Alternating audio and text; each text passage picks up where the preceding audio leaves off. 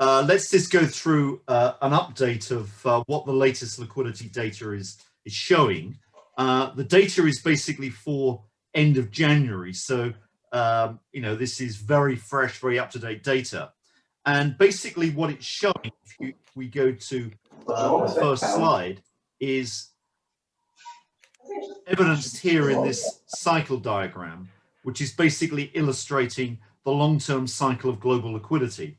Now, what we've done on this chart is we've introduced a black wave cycle on top, and there's a red line, which is the liquidity cycle. And basically what you can see is a recurring sequence that basically occurs every 68 months, as the line says, which is around a 5-year cycle. Now, by the way, somebody I think has got a microphone open, so maybe if we could just mute that would be great.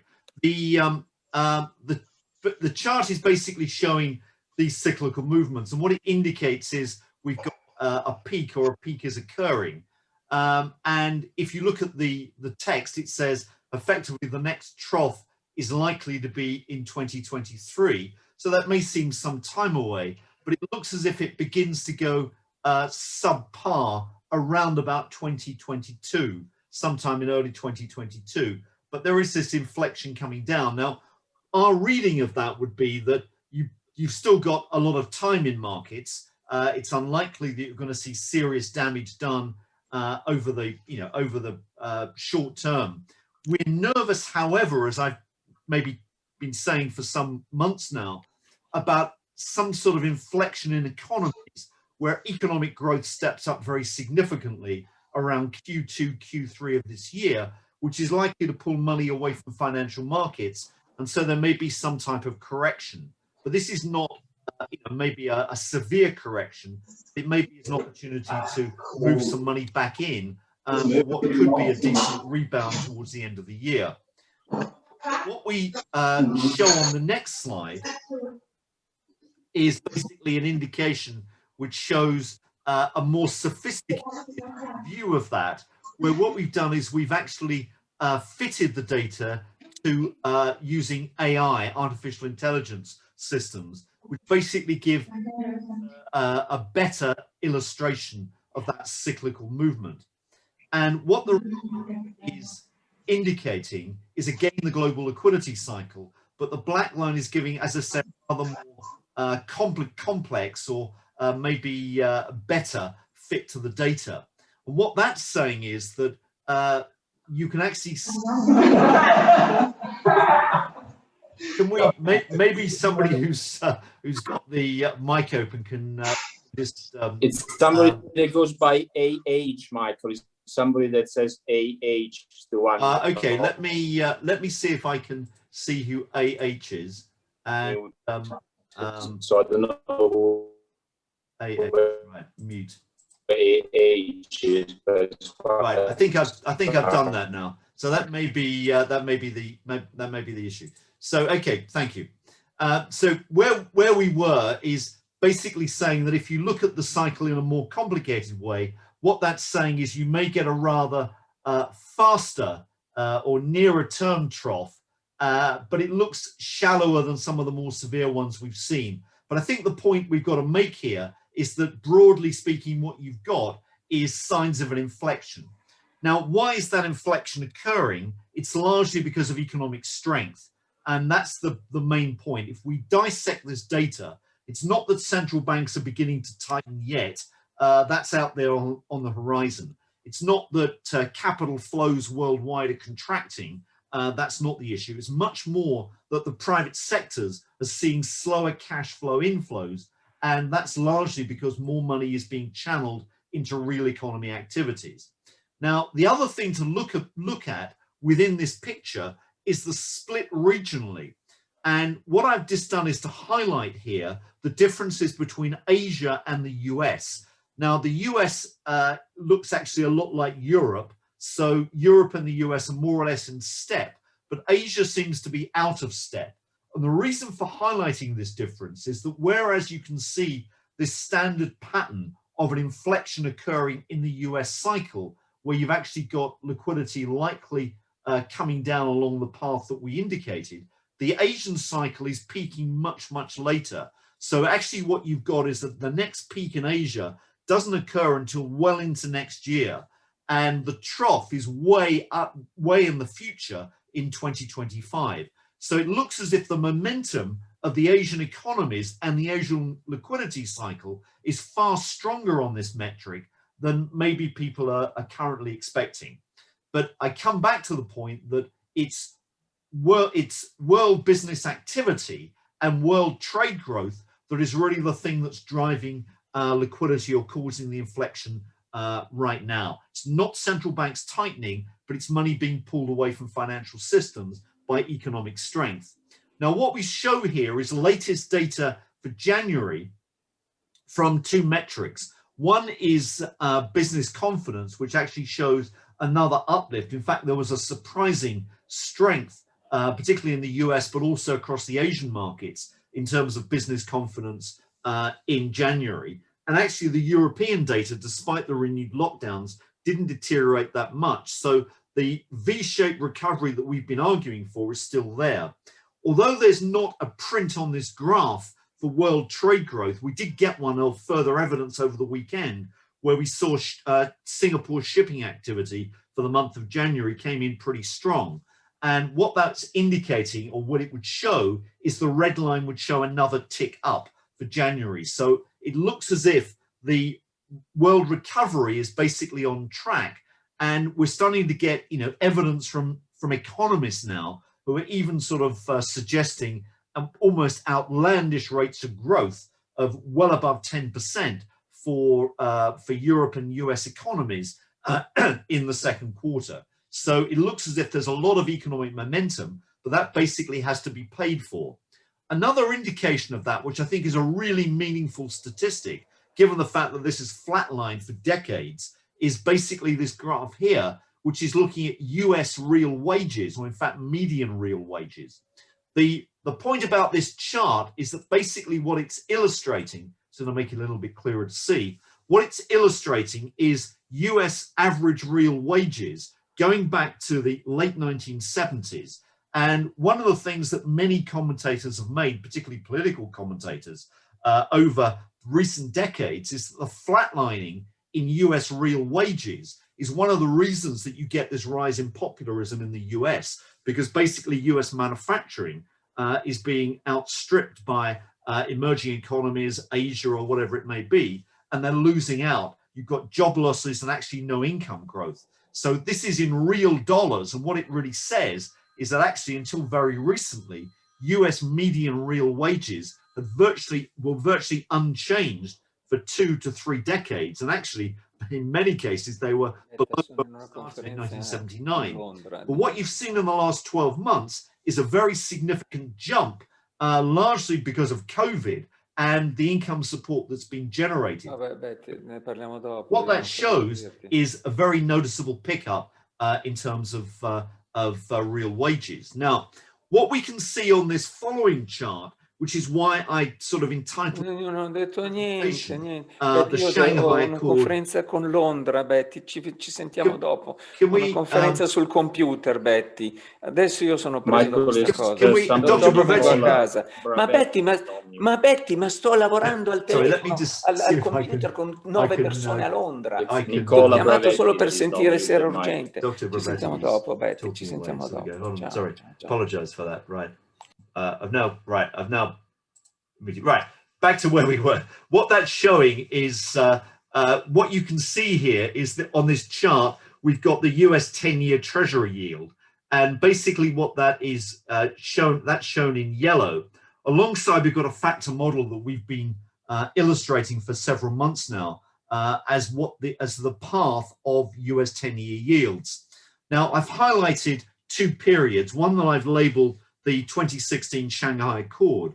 The reason for highlighting that was a period of coordinated policy intervention and stimulus by the G7 economies following the meeting in Shanghai in the spring of 2016.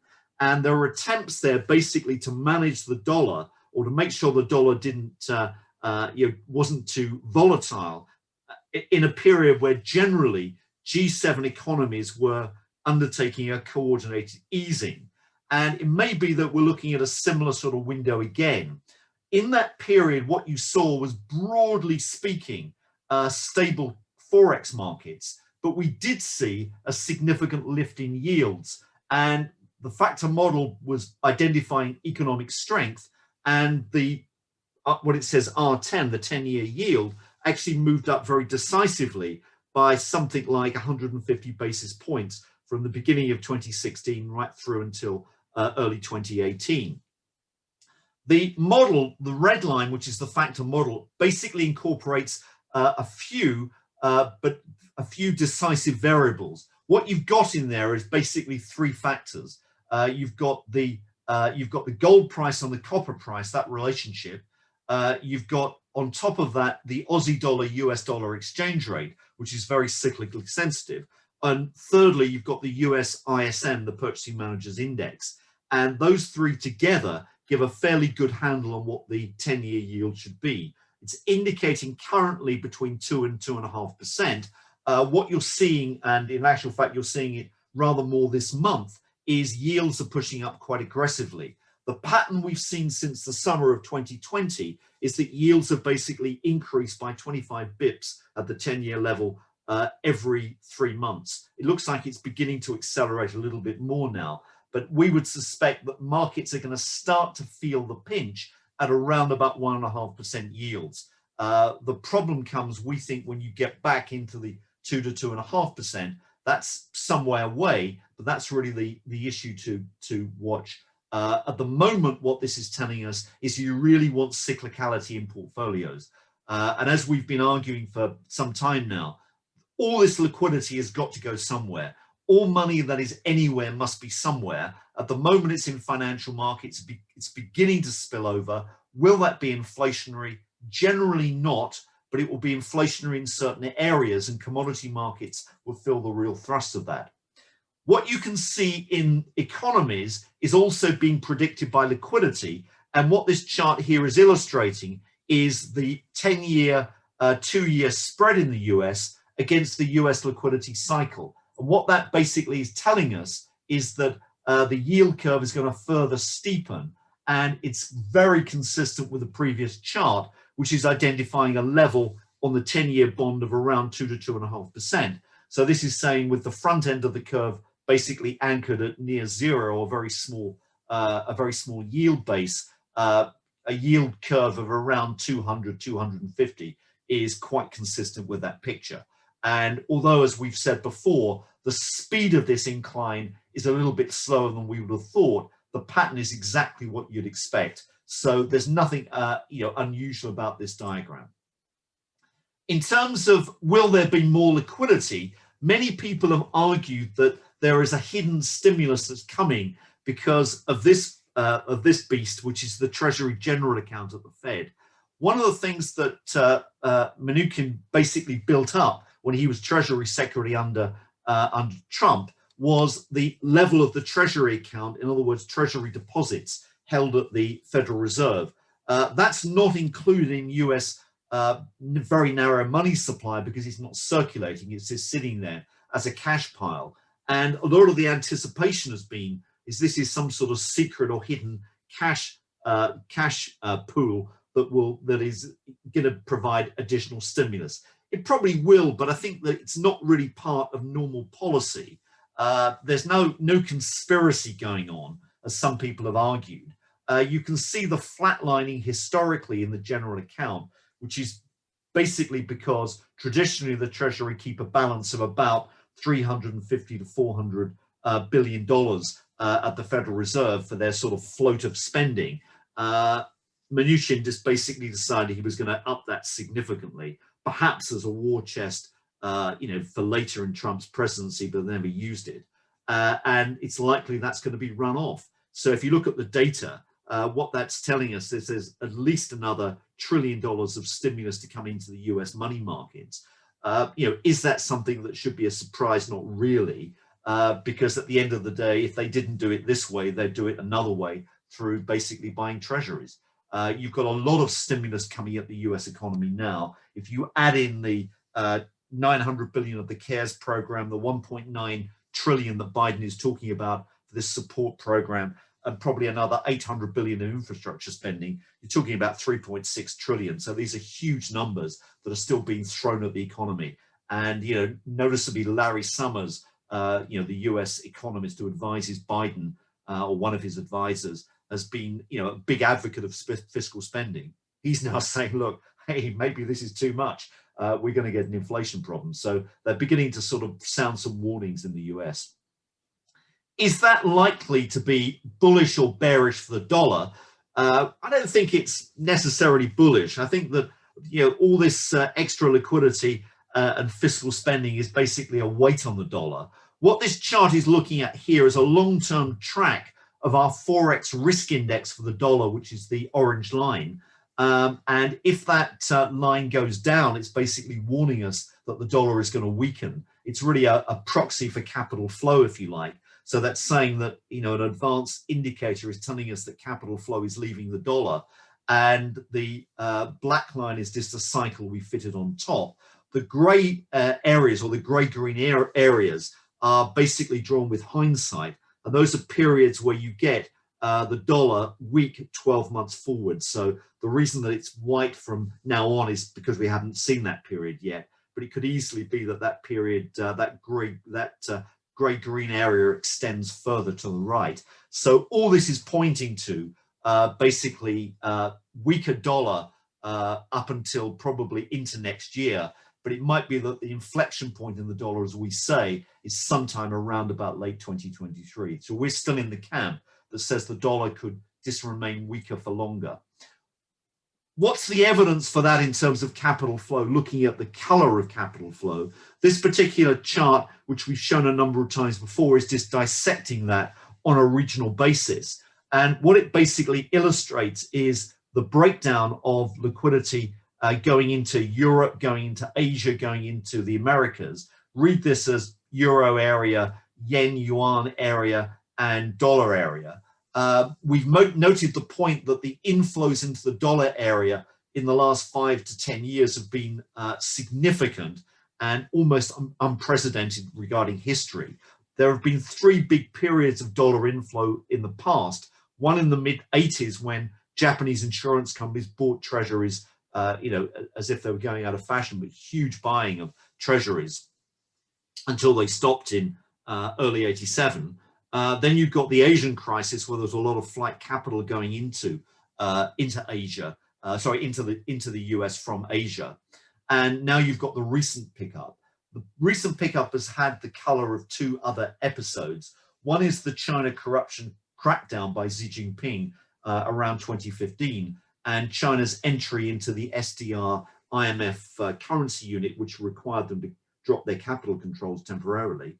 The red line is showing Europe, and that period from 2010 through to recently has been the Eurozone banking crisis, where there was capital outflow. So you saw 2 reasons why money flowed into the US. But on top of that, the Basel III regulations meant there was a big demand for US Treasury safe assets at a time when there was this virtually no issuance of bunds, or in factual fact, a net contraction in bund supply. So what you've had is very unusual factors lifting the dollar, and we think those are dissipating. They're not negative yet, but they're beginning to get negative, and that's really the key point. So we still think the dollar remains weak-ish, not dramatically weak, but weak-ish, and that's enough to keep risk on running for now.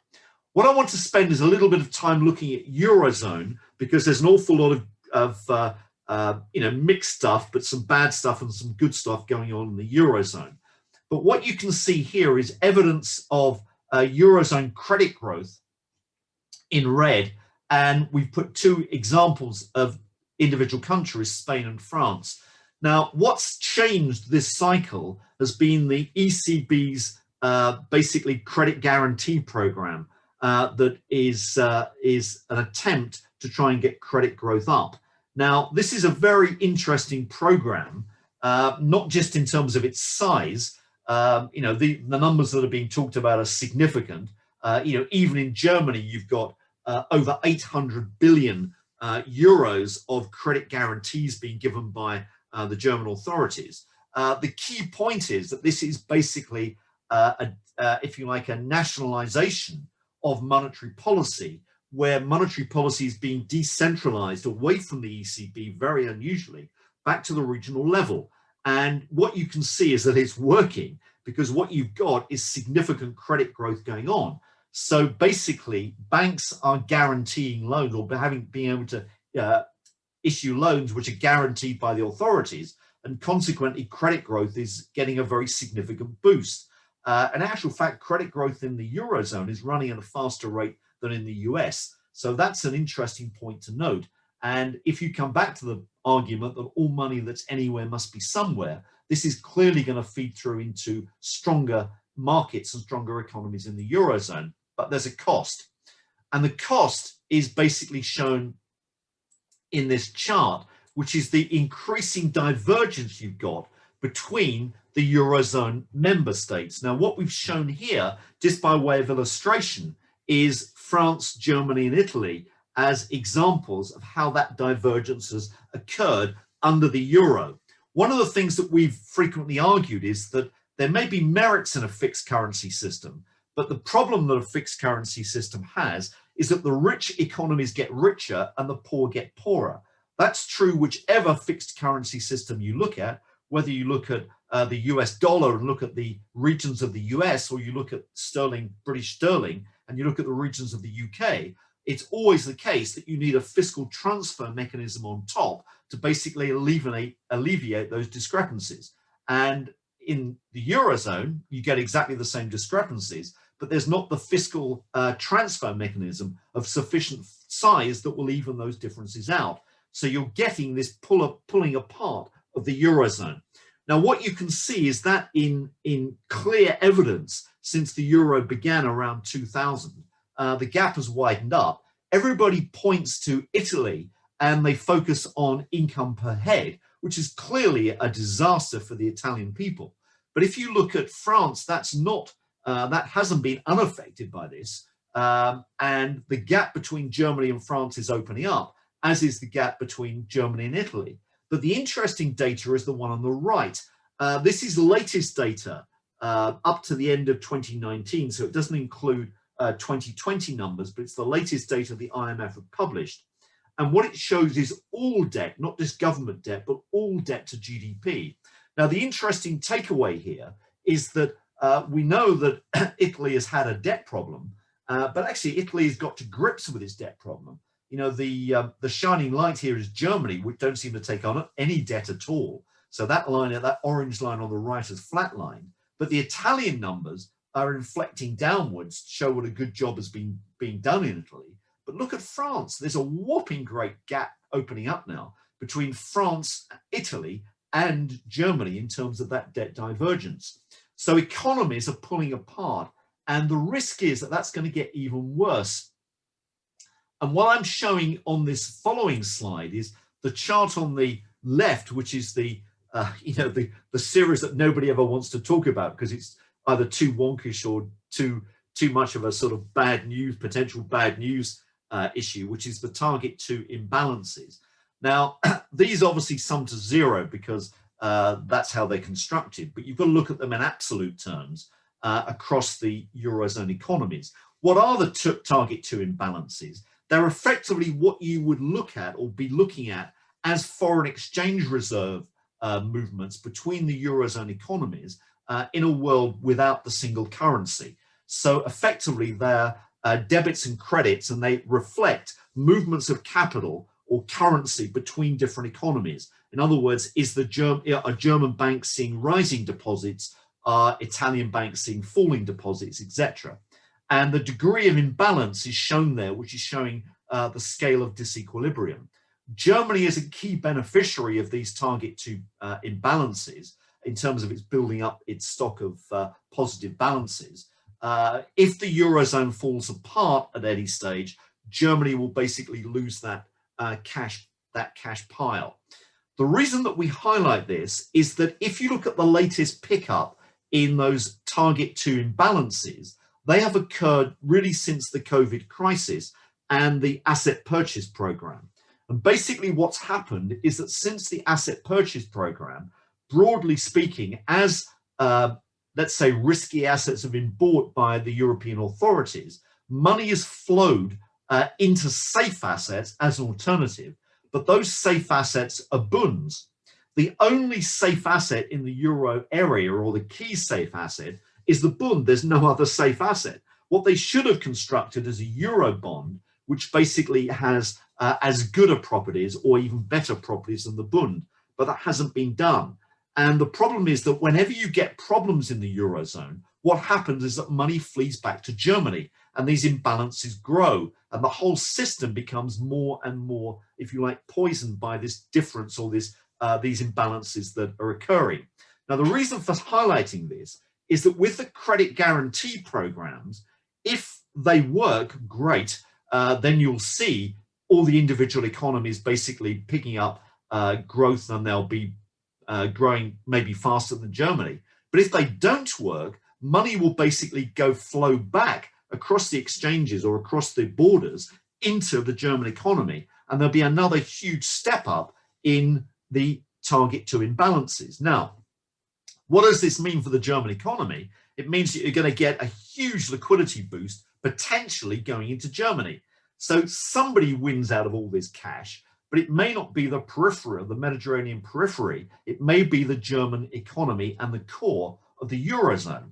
Now, the reason that that's important is if you take a look at the chart on the right, which I've taken from the BIS database, the BIS still calculate a notional real exchange rate for the Deutschmark.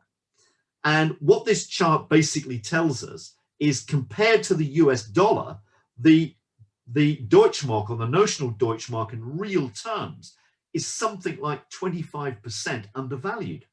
And if you're going to get a booming German economy, there's got to be upward pressure on the real exchange rate. And that either means, I think, faster asset price inflation in Germany, or more likely a rising euro. And that's what I think is the risk out there for the euro economies, is that what you may be seeing is an inability to hold the euro down. Now, let me then turn to emerging markets and say something about what are the economic implications of all this for emerging markets. The chart that you see in front of you is looking at net capital flows into emerging markets as a percentage of overall emerging market liquidity. The red area is Asian emerging markets, the black is Latin America, and the yellow is emerging Europe, Africa. Now, point number one is that historically, those numbers have been big and very volatile, okay? What you're looking at now is a situation where there's been virtually no net inflows going into emerging markets from cross-border investors for probably getting on a decade. There's been nothing of any size. All the talk that you read about, and the FT are as guilty as anybody of this, saying these huge outflows that people are monitoring for emerging markets, or huge inflows, or whatever they talk about, it's just nonsense. I mean, they haven't looked back at history. Historically, you've seen big flows into emerging markets, and they just haven't been around for some time. And what that basically tells us is there is scope for a significant capital inflow into some of these markets once the economic climate changes in their favor. And I think it's probably changing. The second thing that you can see in the data is that there is an extremely close correlation, even in the last decade, between foreign exchange reserve growth in emerging markets and the monetization of that growth with the monetary base. And what that basically means is that if you get capital inflow when it starts, and even in the small way that we've seen it in the last decade, it's demonstrated here that there is this connection. Whenever you get capital inflow or money coming into emerging economies through current account surpluses because of rising commodity prices, or because foreign money comes in, it's monetized by the domestic central banks because they want to keep their currencies stable. And one of the things that we've reiterated many times in recent months is that if you look across the emerging market, and particularly across the Asian currencies, there is an absolutely remarkable degree of stability going on, particularly against the dollar. And this is being managed, so they don't want their currencies to rise. The problem is that the Europeans are probably not in a luxurious position where they can control the euro. Asian markets probably can by monetization. Now, if you therefore look at what's happening within the emerging market economies, this graph hopefully identifies what the issues really are. And the issues basically come down to the yellow line, which is emerging ex-China, which seems to have moved very much in line with what's happened in the world economy, the liquidity boost that we've seen, particularly since COVID. That's being matched in emerging ex-China. In other words, they're monetizing whatever spillovers of liquidity there are, and they're probably doing their own, a little bit of their own easing too. It's probably a month or so behind the developed world, but it's basically keeping pace. The anomaly is China. And what you can see going on there is, number one, a much later easing from the red line, and number two, a recent dip, which is the January data. Now, that's a little bit unexpected from our point of view. We didn't anticipate that. We thought there was further tightening, further easing. The reason that that's occurring is sort of explained a little bit in this chart. And what it shows is our index of Chinese People's Bank liquidity, which is that red line, alongside net injections into the markets on a daily basis as a rolling 6-month moving average, which is seasonally adjusted data, which is measured in terms of billions of yuan. Now, point number one is, it's not true that the Chinese are running a tight policy. It may well be, and it's a moot point, they may have tightened a little bit in the last month, but there's been a very significant pickup in liquidity injections from around August of 2020 through until the end of 2020, in other words, end December data. There was a significant boost, which is why the Chinese markets picked up strongly, why commodity markets lifted off, and why the prints on the Chinese economy have been a lot better. Is this downdraft a sign of them going on to renewed tightening? I don't think so, because I think that, number one, there's no reason to tighten from a domestic inflation point of view. In fact, rather the opposite. They should be keeping the money taps open. What about the fears over the shadow banking system of just being too speculative? Well, I think they've got controls in place, and if you look at shadow bank credit growth, it's actually pretty much flatlining, so the problem may well be over. What's going on in China is, I think they're managing the exchange rate, and the tightening that you saw in January, although as I say, it's a measured tightening, is really a tactical one, and it's all about the dollar picking up strength. And what they've done is they've basically slowed their liquidity injections down. So the Chinese seem to be managing their currency on a very active basis, and I would assume, as we're seeing in the last few days, that the dollar weakening again, you'll see renewed Chinese easing in the period after the Lunar New Year. They want to get growth up. China needs growth, and the People's Bank is the only way they can really engineer that. So we don't think there's anything malevolent in this data. What about the equity outlook? What does it tell us? Well, let me just show this equation, because it's probably illustrative, at least if a little bit wonkish, of what we're trying to say. Why do price earnings multiples make no sense at the macro level? The reason being is you've got two factors which are really disturbing what a PE is. And this first one is the price to liquidity, or the market cap to liquidity ratio. And the other is a measure of liquidity, excess liquidity, which is liquidity divided by GDP, or marché Linké as it's called in Asia, or inverted monetary velocity as people talk about it in the US or Europe. Those two factors are really what drives valuations in equity markets through the cycle. And then you've got a third element which comes in, which is profitability. But this profitability term, which is a measure of profit margins, earnings to GDP, is often swamped by these other two factors. Now, we spent a lot of time talking about the flow of liquidity, or financial liquidity, excess liquidity, if you like. So I want to spend a few moments now on this element, portfolio exposure, which is really the factor that matters an awful lot for the equity markets. Now, first point is there a bubble? And what that basically tells us is there's no bubble. And this chart here is basically illustrating that ratio over the long term. And what that chart is basically telling us is that the bubbles did occur in year 2000 or in year 2007, 2008, where you got that ratio up at very elevated levels of above 0.7 in 2008 and above 0.85 in year 2000. So there's very clear evidence here of a bubble occurring historically. But basically, if you look at the long-term average and you fit some sort of underlying center of gravity to this data, it's around about 0.5, which is the average level. So it doesn't look, in terms of the ratio between world equity holdings and liquidity, that there's any evidence of a bubble in markets at all, simply because there's been so much liquidity thrown at the system. The denominator of that ratio, liquidity, is so high. And if you project liquidity through to the end of the year, end of 2021, that ratio prospectively drops below 0.5. So as far as we can see, there's no real issue at a global level. If we go on and look at how we can apply this as an asset allocation tool, what we look at is we take that data and we look at it in a little bit more sophisticated a way by putting it into an overall portfolio mix here. So the brown area is your liquidity, the gray area is bonds. This bit here in red and in yellow are the equity components in developed and emerging markets. So the ratio between equities and liquidity is the red and the yellow divided by the brown.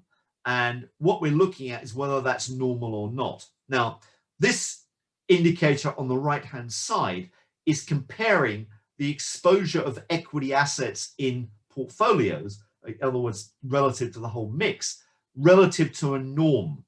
And the norm is the average allocation to equities, which is at 0. And these bands are standard deviations. 20, 40 represent 1 and 2 standard deviations up, -20, -40, 1 and 2 standard deviations down. The yellow line is world economic growth. Asset allocation is remarkably pro-cyclical, as we've said before, but there are overshoots. Where are we now? Globally, we're more or less in line with the long-term average. And that's exactly what that previous data said, around about the long-term average. So that looks to be fairly comfortable. What about individual regions or markets? Here you've got the big 4 markets, US, Eurozone, Japan, UK.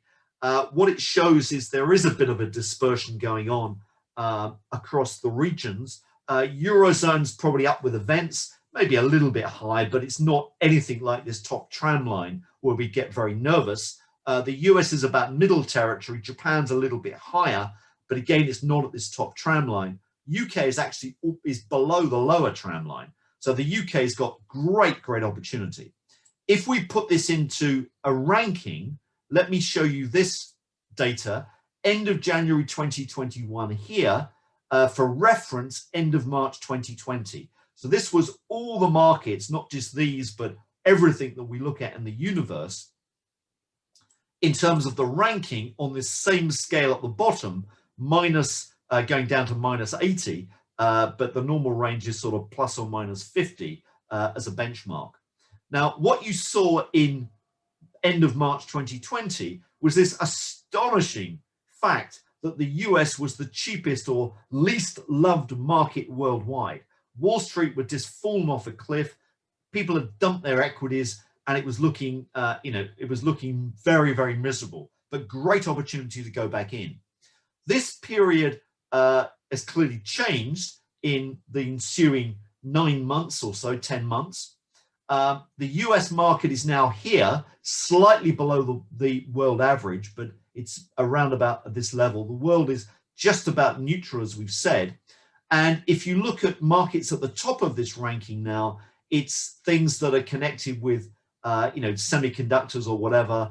Taiwan, Hong Kong is up there. Sweden, Switzerland are actually pretty high, but they did start out quite high from this chart. And then other markets like Japan, India have caught up. But generally, it's this lower tail, which really makes sense to invest in. There's not a lot left, but there are markets down there.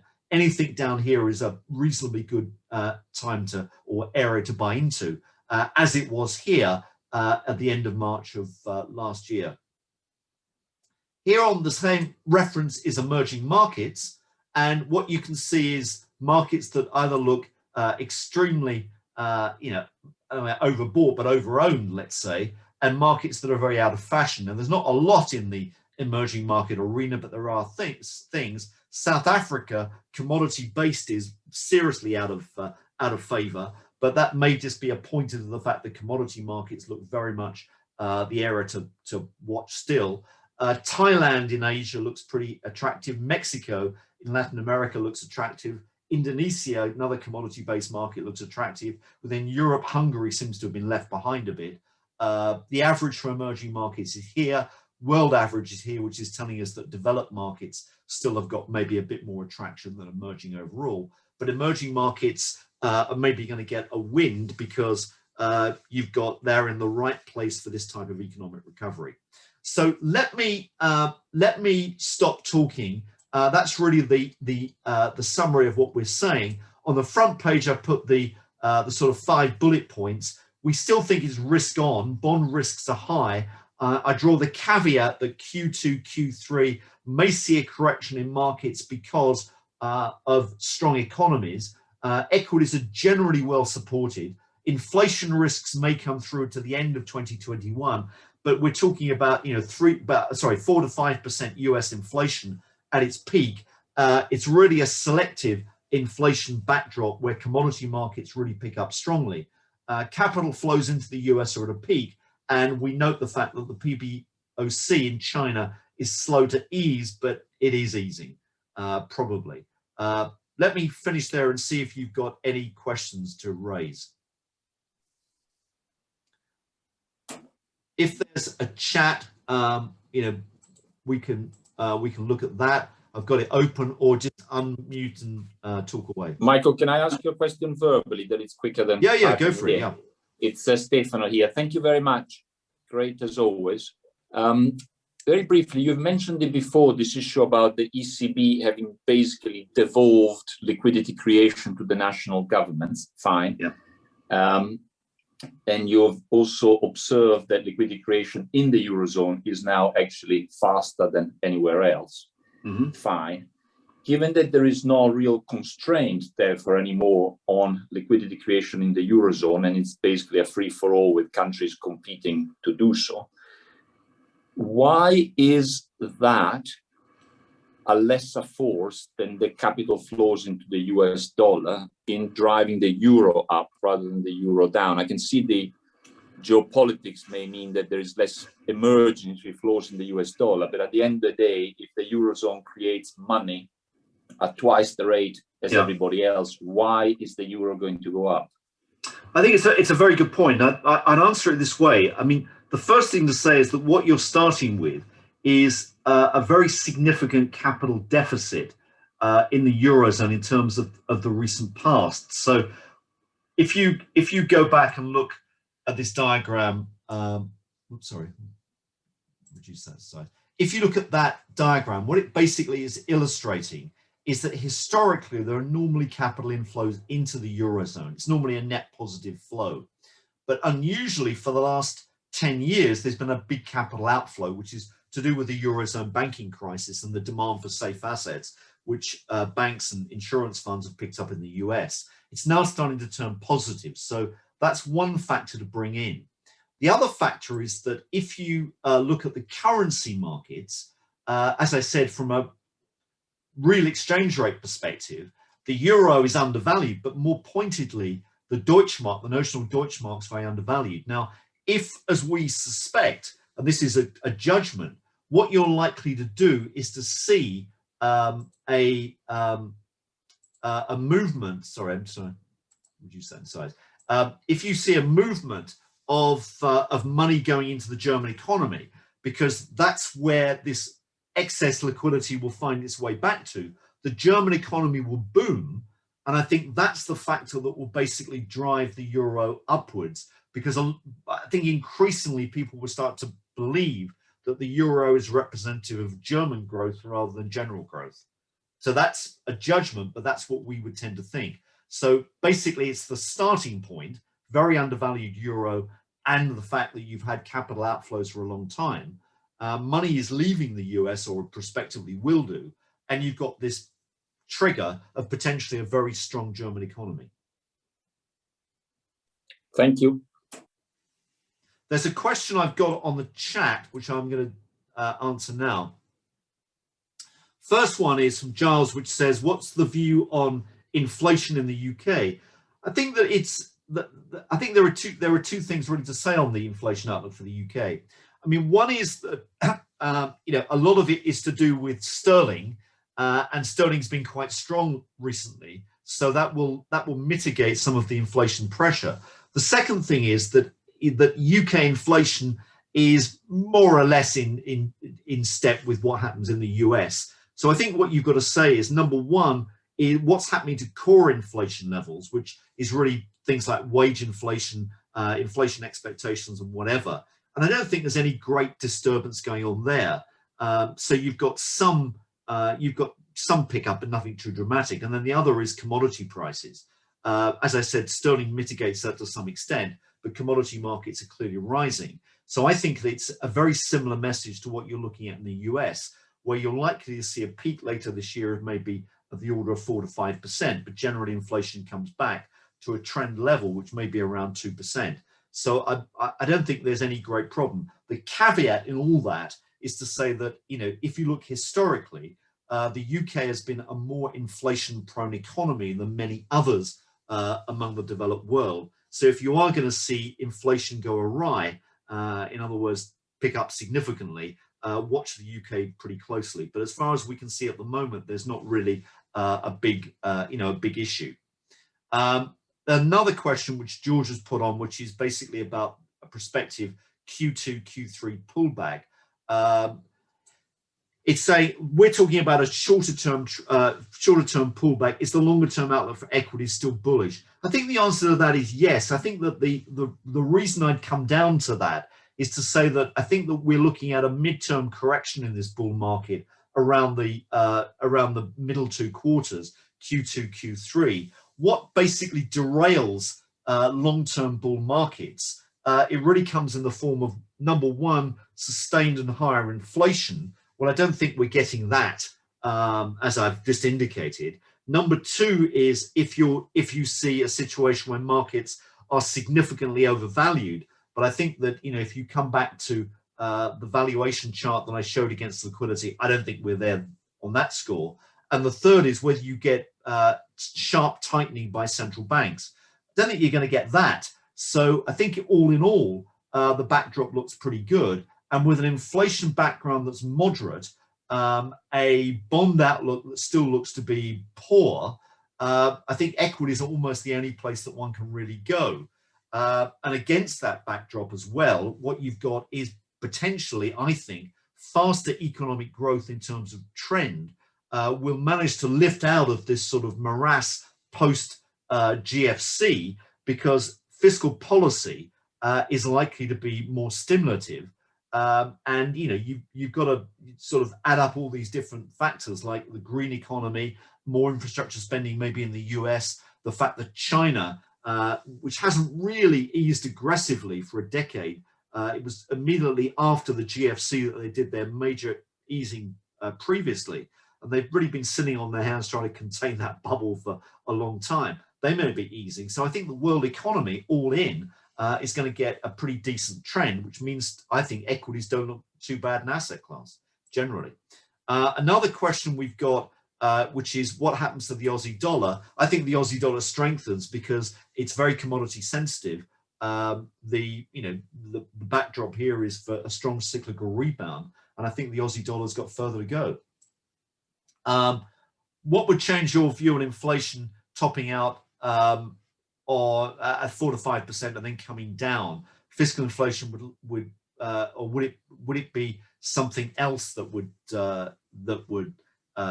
cause inflation to keep going? I think it would basically. I think it would come down to two things. One is whether you saw a much greater uplift in commodity prices. Whether that's the issue. Is there likely to be a spillover from the fiscal stimulus? I think that that's possible. What you've really got to see in that, if you look at, I mean, if you go back and look at past inflationary episodes, if you go back to the 70s already being the classic one, what you saw at that stage was a major pickup in core inflation, because there was an inflation spillover that occurred because shortages were being created. Now, I think you can maybe make that a little bit of that case at the moment. There are shortages and there's beginnings of a spillover, but it basically got transmitted through wage and pay bargaining, and that basically then became sustained through inflation expectations. Now, I think one of the things that central banks are watching pretty closely, or one would hope they are, is inflation expectations through surveys or through TIPS yields or the equivalent. Then they might decide to change their view on stimulus, and they may tighten monetary policy. But I think we're not there yet. And basically, the other thing to throw into this mix is that policymakers almost deliberately are going to be late here in terms of tightening.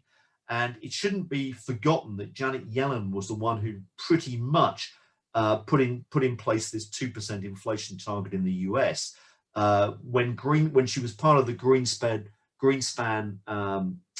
Federal Reserve. Yellen was the big advocate for a 2% inflation target. Greenspan himself, this may redeem him a tad, was all in favor of a 0 inflation target. But Yellen was the outspoken arguer for 2%, and 2% it is. So she's basically very much in this camp. And most of Yellen's focus, as we know, both sort of professionally and at a time at the Fed, was looking at employment data. The yen is practically the worst performing currency for a while against everything, dollar included. Is this trend going to continue? Well, I think the answer is yes, because I think the point is that there's a lot has changed in Japan, even despite the sort of the strength in the stock market and the pickup in the economy we're seeing. And that is that ever since 2017, we would argue that what you've got going on is deliberate targeting of the yen against other currencies, particularly the peer currencies in Asia. And we've written reports about this, and actually gone on record as saying, look, if you look at the yen, this is the most stable that I've ever seen the yen in sort of 30 years of being in markets. I mean, it's unprecedented. The yen is sort of moving around a couple of percent either side in a band and not doing anything else, and they seem to be deliberately targeting it. So I think that what you've got within the Asian region, and this may be testimony to the fact that this is supply chains working out and dictating policy, is what it's basically saying is that if this Asian region is an integrated production sphere, then they'll want currency stability, not just against each other, but against the dollar as best they can as well. And so what you've got is de facto the forming of 3 currency blocks worldwide: a dollar, a yen, yuan zone, and a eurozone. And I think that the Asians are intent on maintaining currency stability, and therefore they're going to monetize any capital inflow which has been coming in. And the evidence is that that's exactly what they're doing. Therefore, I think the pressure comes that if the dollar weakens, it's against the euro that it sees most of its strength, because I think the ability of the ECB to ease a lot more is limited. And maybe that's the reason they're going for this credit guarantee scheme, is it gives them a way out. Another question, which is inflation, if inflation's not a monetary phenomenon, as you mentioned, in my presentation, I did a presentation with Russell Napier jointly a week or so ago, and that's referring to that. So inflation's not a monetary phenomena. What does that mean for central banks? Will they be able to dampen or reduce it? I think the answer to that is that, look, inflation is, I think the record over the last few decades pretty much says that inflation is a lot more than a monetary phenomenon. It's a cost phenomenon. It's not saying that there are not monetary elements in there. There are. But, one of the ways that I describe it is that, Milton Friedman was 20% right. In other words, that there is a big monetary element in inflation, but it's not the whole story. And therefore, what that's saying is that if central bankers are going to be forced in the future to basically address this inflation issue, they're going to have to be a lot tighter in their policies. And that may be, one of the takeaways from, the last 20 years is that they've got to do, if they want to create inflation, if that is their remit, they've basically got to either stimulate really aggressively or to get inflation up, or tighten really aggressively to get inflation down. I don't think central banks influence inflation to that degree, which is why there's this big overshooting that we're speaking about. They have their biggest impact on asset markets, and I think that's the lesson that we're learning by the day. And it's all about their remit should be financial stability. And after all, that was their original remit that was given to them, be it in the 18th or 19th century, was to create financial stability, not to target inflation. They should go back to their roots. Another question, which is here on the Treasury General account. If the Treasury General account in the US, this is the money the US government holds at the Federal Reserve, falls by $1 trillion, where does this money go? Will it just go into bank reserves and not financial assets? Well, I mean, the answer, that's a question. Where will it go? The answer is it will go into the asset side of the balance sheet, by definition, or it will find its way into assets, I should say, in the private sector. And, that will probably mean that ultimately it sees that you see a pickup in bank reserves, because that's the way that the system works. It will find its way there. And the arithmetic of this is that if you get an increase in the monetary base, and the monetary base is something that the private sector cannot control, this is in the gift of the government, of the Federal Reserve. If that money goes out there, it will basically, by definition, mean that it goes into bank reserves. So the central bank sets the size of its balance sheet by, if you like, two variables: the overall amount of assets minus what the Treasury General account is. So that will almost by definition mean that the balance sheet and the monetary base go up. But what I was trying to say was that, you've got to think of this as an alternative, because what they have done otherwise, they just have bought treasuries through open market operations. So it's kind of swings and roundabouts in a way, as far as I can see. When we say the dollar remains weak, do you mean it stays at these levels, so weak versus last year, or do you think it falls further? I think that to go back to the dollar question, I mean, we're looking now at the chart, hopefully you can see, which is identifying the real Deutschmark on the right-hand side of that graph. And that's not a bad benchmark to look at, because if you look at the trade-weighted dollar, I forget the exact percentage, but I think it's about 60% euro. It's certainly very high. And therefore, the euro makes a big difference to the DXR. What that is saying is that it could be 25% undervalued against that unit. So if you said that, let's keep the math straightforward. So if you're talking about maybe a 20% rise in the euro real exchange rate, and you're saying it's about half the dollar, then you're talking something like a 10% drop in the dollar over that period.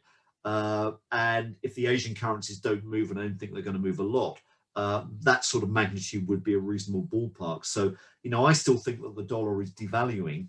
I think that, probably over a maybe 3 to 5 year period, we'll see somewhere between a 10 and 20% drop in the dollar. So that looks consistent with that sort of maths, I think. But I think you've got to take that as maybe 5 to 10% per annum. Good. Any other questions coming through? Here we are. Another one. One about NASDAQ and tech. Well, yeah, interesting question.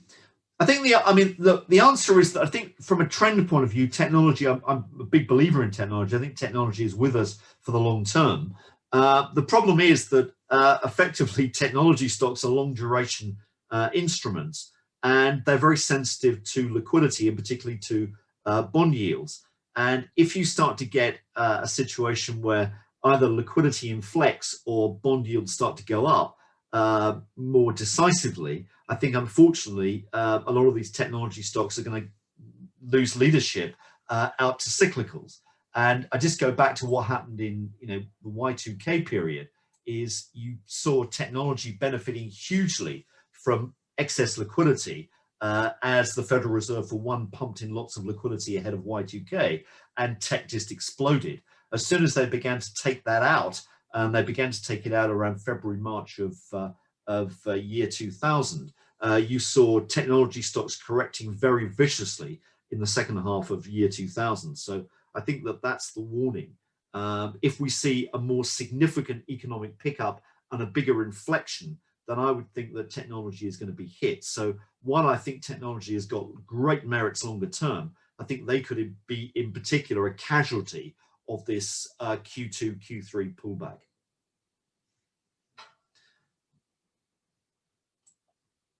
Any other messages, questions? Unmute if you like, or just fire away through the chat.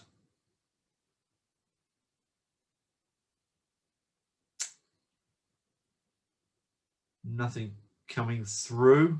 Oh, what? Hold on, one more minute. A difficult one here. GameStop, any comments? No, not really. I mean, GameStop, and there's another one, Bitcoin. Look, I think the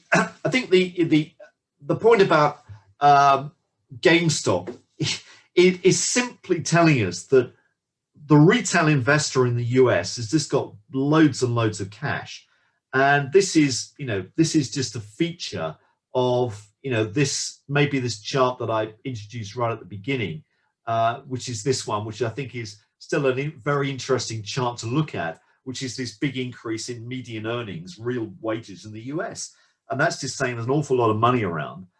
And these various platforms, Robinhood or whatever, are just basically mobilizing this money which is washing around. It's moved from institutional coffers into retail coffers, and basically that money is around. So these are the sort of the anomalies that one's going to get, and there are pockets of bubble-like stuff around for sure. But I think overall the general market's not there. Bitcoin is really a same sort of argument. Someone's asked me about Bitcoin. I think that the argument, I think the question is that we've gone on record as saying that the amount of liquidity that you're looking at that's been injected here into the system is sufficient to pull the gold price up to $2,500 an ounce on past experience. You've got an alternative to gold now, which is Bitcoin. Bitcoin was trading at a very stable ratio to gold of about 6 times in its brief life, but it was a very decent valuation metric in terms of that, which led us to believe that what you would see is Bitcoin going to about $25,000. It's clearly easily surpassed that, so it's overshot. But I think the point is that I think Bitcoin's for real. I think a lot of these cryptocurrencies are for real. I don't believe the DM or the old Libra is going to work, as I've said maybe before. I happened to be at the BIS annual meeting the day of the press notice of Libra, as it then was the Facebook coin. And I can assure you that all the central bankers in the room, and there were central bankers from everywhere collected, said this is not going to happen. We are going to stop this Libra currency because we'll lose control of it. And the reason being is it's a transactions currency. I think providing that Bitcoin is a store of value, a store of wealth, and not a transaction currency, I think that they will let it go. Although if you read the statement from Carstens, who runs the BIS, the head of the BIS, Augustine Carstens basically gave a speech about 10 days ago, which was the most anti or warning against some sort of legislation against Bitcoin that I've heard. So I think that's a warning, but generally I think these cryptocurrencies are around for good. I guess that XRP, the Ripple one, is another one that has been under the cosh a bit. But actually, if central bank digital money is going to start working, they'll need something to join up the various central bank digital currencies. and XRP may be, an issue to think about for that score. But generally, you're going to start to get more impetus, I think, in these cryptocurrencies, because if tech as a sector makes money, a lot of these tech entrepreneurs are clearly going to hold their treasury, in cryptocurrency, as far as I can see. Good. Let me. I don't know if there are any more messages, but go for it if there are. Otherwise, I will say thanks until next month. Thanks for your time and patience earlier on, and have a great rest of the month. Thanks again. Thanks a lot, Mike.